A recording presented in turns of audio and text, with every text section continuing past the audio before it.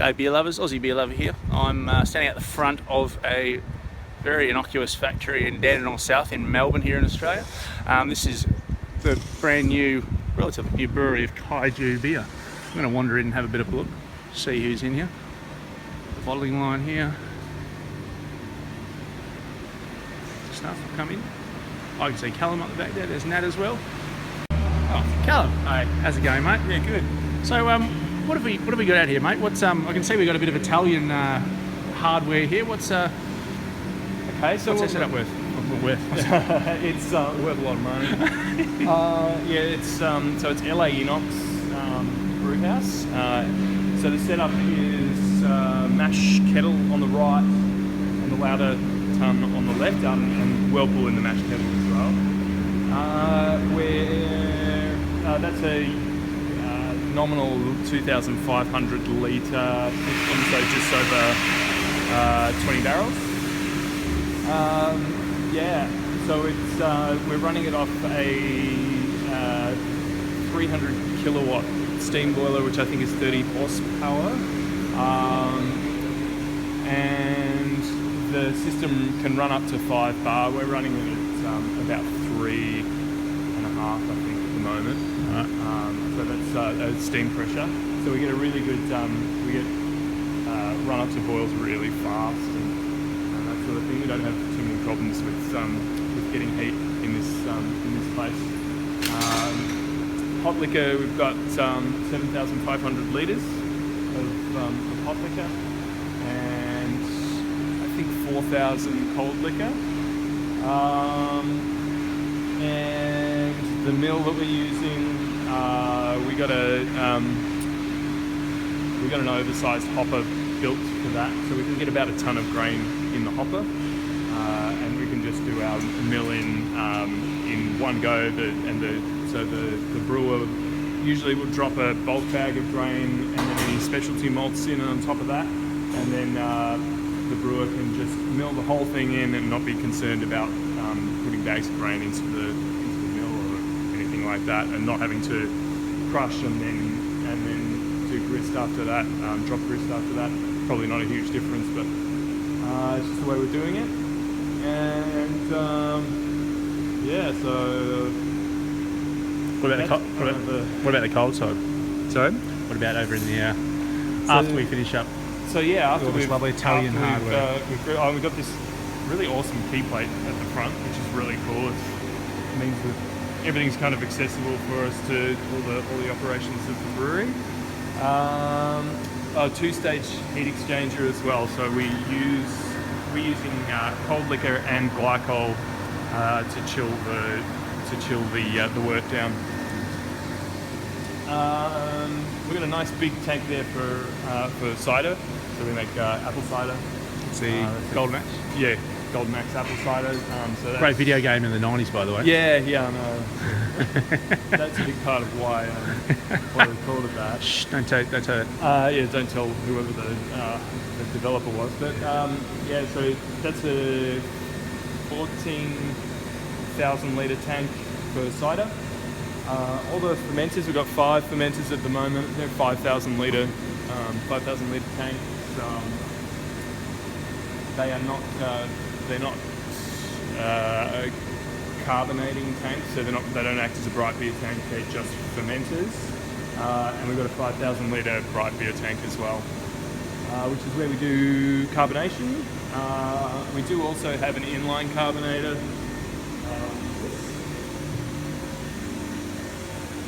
That should do just over 1,000 litres an hour. Wow. And that we bought that mainly for cider, but we could certainly use it for beer as well. A couple of filtration options there. So we've got sterile filtration, which is also for cider. We don't use anything like sterile filtration on beers. I think the finest we've ever done is about 10 micron filtration, and usually recently really only 300 or 200. It's basically just getting chunks of hops out of the beer, so that we don't ruin the bottling line and the keg machine. For dry hopping, we're just at the moment we're just using a a big platform ladder, dry hopping through the hatch on the fermenters.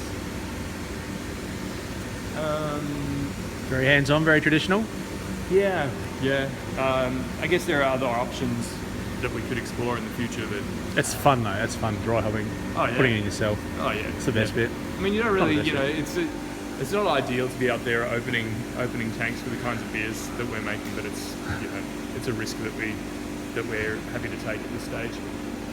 All of our glycol lines are this cool fit stuff of pre-insulated ABS plastic,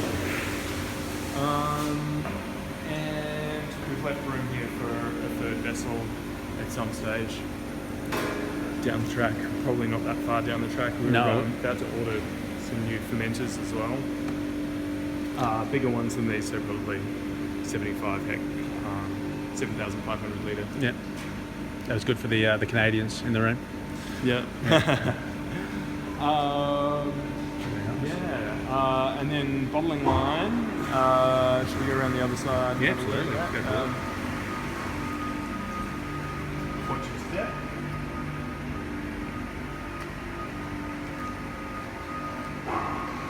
So the bottling line we've put in this U shape for ease of use, keeping the dry and wet areas relatively separate. That was the theory anyway. It's not really everywhere past or on the same conveyor as the filling line is going to get wet and sticky and covered in beer. So we do get beer dripping off the end of the accumulation table at the end of the bottling line. So this first area, this is where we put the bottle on. So the bottle's on here. It's not a very big area, so we can get maybe a couple of cases of beer worth onto this first accumulation table, and then they go through the labeler. It's a 3-station labeler. It doesn't look real good at the moment. That looks a little better. So yeah, 3 stations, front, back, and neck label options, and then down to the bottling line. The eye here, if the label bottles get backed up to here, then the labeler stops labeling bottles and waits for the conveyor to clear. Then come through here and into the rinser. So it's a 9-head rinser, just using water to rinse at the moment. Then onto the filler, which is an 8-head, and it's an 8-head filler. Double pre-evacuation, then filling, and then single head capping unit. And then out here onto the accumulation table, and we can, there's different options as to how we fill up we fill 4-packs and then put them into the boxes generally, or sometimes it's just loose bottles into the box depending on the format, and then through the automatic taping machine. And then out in the big world? Out in the big world, that's right. Also got the kegging machine over there, so that rinses and fills kegs, which is really good. So many little breweries, so many first up brewers that will be drooling over all this instead of sitting there having to put labels on by hand, having to fill kegs by hand. I know it's been a fair few that have had to do that. So we were doing that until a couple of weeks ago. So. Oh really? So this is brand new stuff, is it? Yeah. So we had our first bottling day last week. Oh wow. Yeah. It was there were some beers that were in tank longer than we would normally have them, like about a month, but we had to wait for a filter bag filter to come through. So only problem with that is that we've got to figure out a way that the keg machine can be a one-man operation safely, because you've got 65 kilos of keg sitting on the table there when you finish filling it. So it can be problematic. You don't really want to be lifting that yourself. So what's your for the bottling line? What's your throughput? How many bottles per or cases per hour? Or Should be 1,800 bottles an hour. So I guess that's, what is that? I don't even know. 75 cases of 24. 66. something like that. Yeah, 2/3. That's good. And how about your how long does it take you to fill a keg? It takes about 5 minutes, depending on how long we make each of the processes. Right. So the keg hire company's been sending us full kegs recently, which means that we need a full minute discharge. Oh wow! Yeah, just rejects. Oh, excellent. That's nice, isn't it? It's really bad. It's really bad. So we need 2 people to lift the kegs on and 2 people to lift them off. And not ideal. You would think that people would want to drink their beer before sending it back to the hire company. All right, now onto the front end. How are the salesmen? What have your most popular beers been so far? Well, we've been operating with the beers for over 2 years now. So at Gypsy Brewing, biggest sellers, Robo Hop, which we call it Golden IPA. It's really strong hoppy pale ale. Hopped Out Red would be our second biggest seller. That is a Pacific, like hoppy American red ale. And Metamorphosis, which is a sour IPA with more of like an English style grist. So it's a heavier style of West Coast IPA. So it's a slightly darker in colour and full bodied. We have heaps of bitterness and loads of hops in there, so it's yeah, the hop's definitely a bit of a common thread there. Yeah, which is definitely not a bad thing. Yeah, I don't know. We really like hops, and I mean I know a lot of people talk about how much hops they use. We use a lot more than all of them. It's really silly. Our biggest beer is Behemoth. We're Strikes of Behemoth. That's 30 grams of hops per litre of beer produced, and our double IPA is over 20 grams. But it's flavour country. Oh yeah, it is. It is. Every single beer is just explosion in your mouth, and a good explosion. Oh, awesome. Not a bad one. Thank you. Ah, lovely. So what are your favourite beers to brew then? I think our black IPA, Cthulhu on the Moon, is probably my favourite of our beers to brew. It always just behaves itself. It's actually really spoken like really a true brewer. I like it. It's really good to bottle. It generally doesn't cause any issues at bottling time, which can be the biggest problem. Yeah, I reckon like they're all nice. They're all good to brew. They all smell nice when they're brewing, and they taste good when they're done. They do indeed. And Callum, what new beers you got planned, or what projects you got in the works? There's all sorts of stuff we'd love to be doing. We love sour beers, and we'd love to do some sour beers. Maybe expand the cider range. We only have the one cider really at the moment, so maybe expanding the cider range into some other things. And then expansion of the brewery. So bigger tanks. You got any dates planned for that? Set for that? Probably 3 or 4 months. Yeah, we're pretty much ready to order the tanks now, and then it's 3 or 4 months turnaround.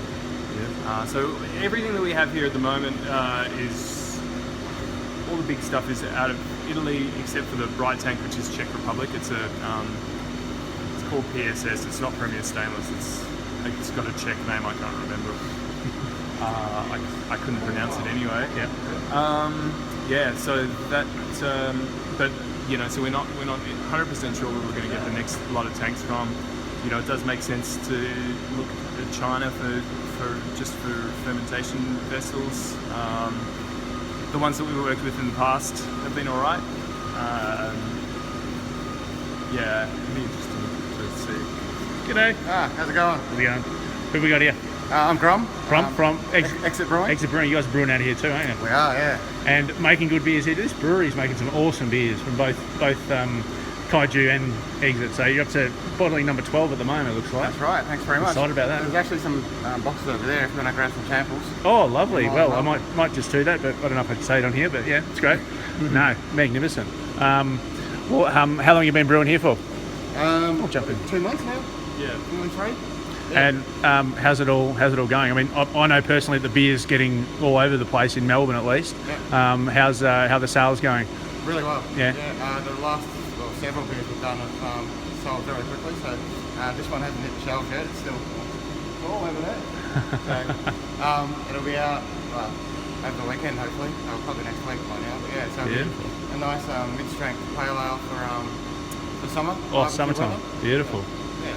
Have a mid-strength pale ale and a cider. It's going to be magnificent. Magnificent summer for the Dandenong South brew crew down here. Absolutely magnificent.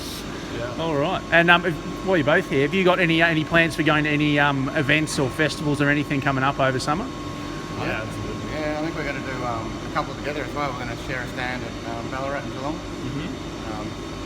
So get down there and try the beers there. Very busy. Very busy. I mean, We'll do anything. We'll go to the opening of an envelope. So just invite us. No, yeah, we're doing pretty much all the festivals. I think all the ones that we saw had time to do the application for. beautiful. All right. Thanks, guys. Good to see you down here, and we're looking forward to trying more of your beers. Yeah, awesome. Yes. Thank you. And cider. All right. What have we got here, Colin? So this is our cellar management system. It's a representation of all the tanks in the brewery,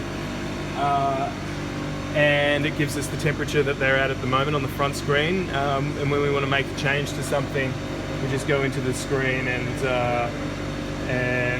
change whatever things we want to change in there. So we haven't actually got the heating system set up yet, but yeah, we turn on the tank and then put it on chill, set a point for it, and it gives us a hysteresis, or the difference between the upper and lower limits on the tank on the chill.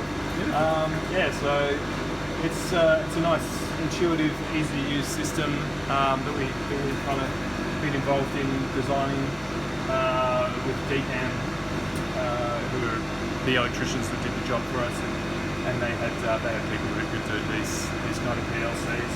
Also controls the cider tank. We've got an agitator on there, so I can turn that on and stir up the juice in the cider tank. And it can do all sorts of different things. So we can add other functionality to it down the track as well, which is quite cool. It's technology.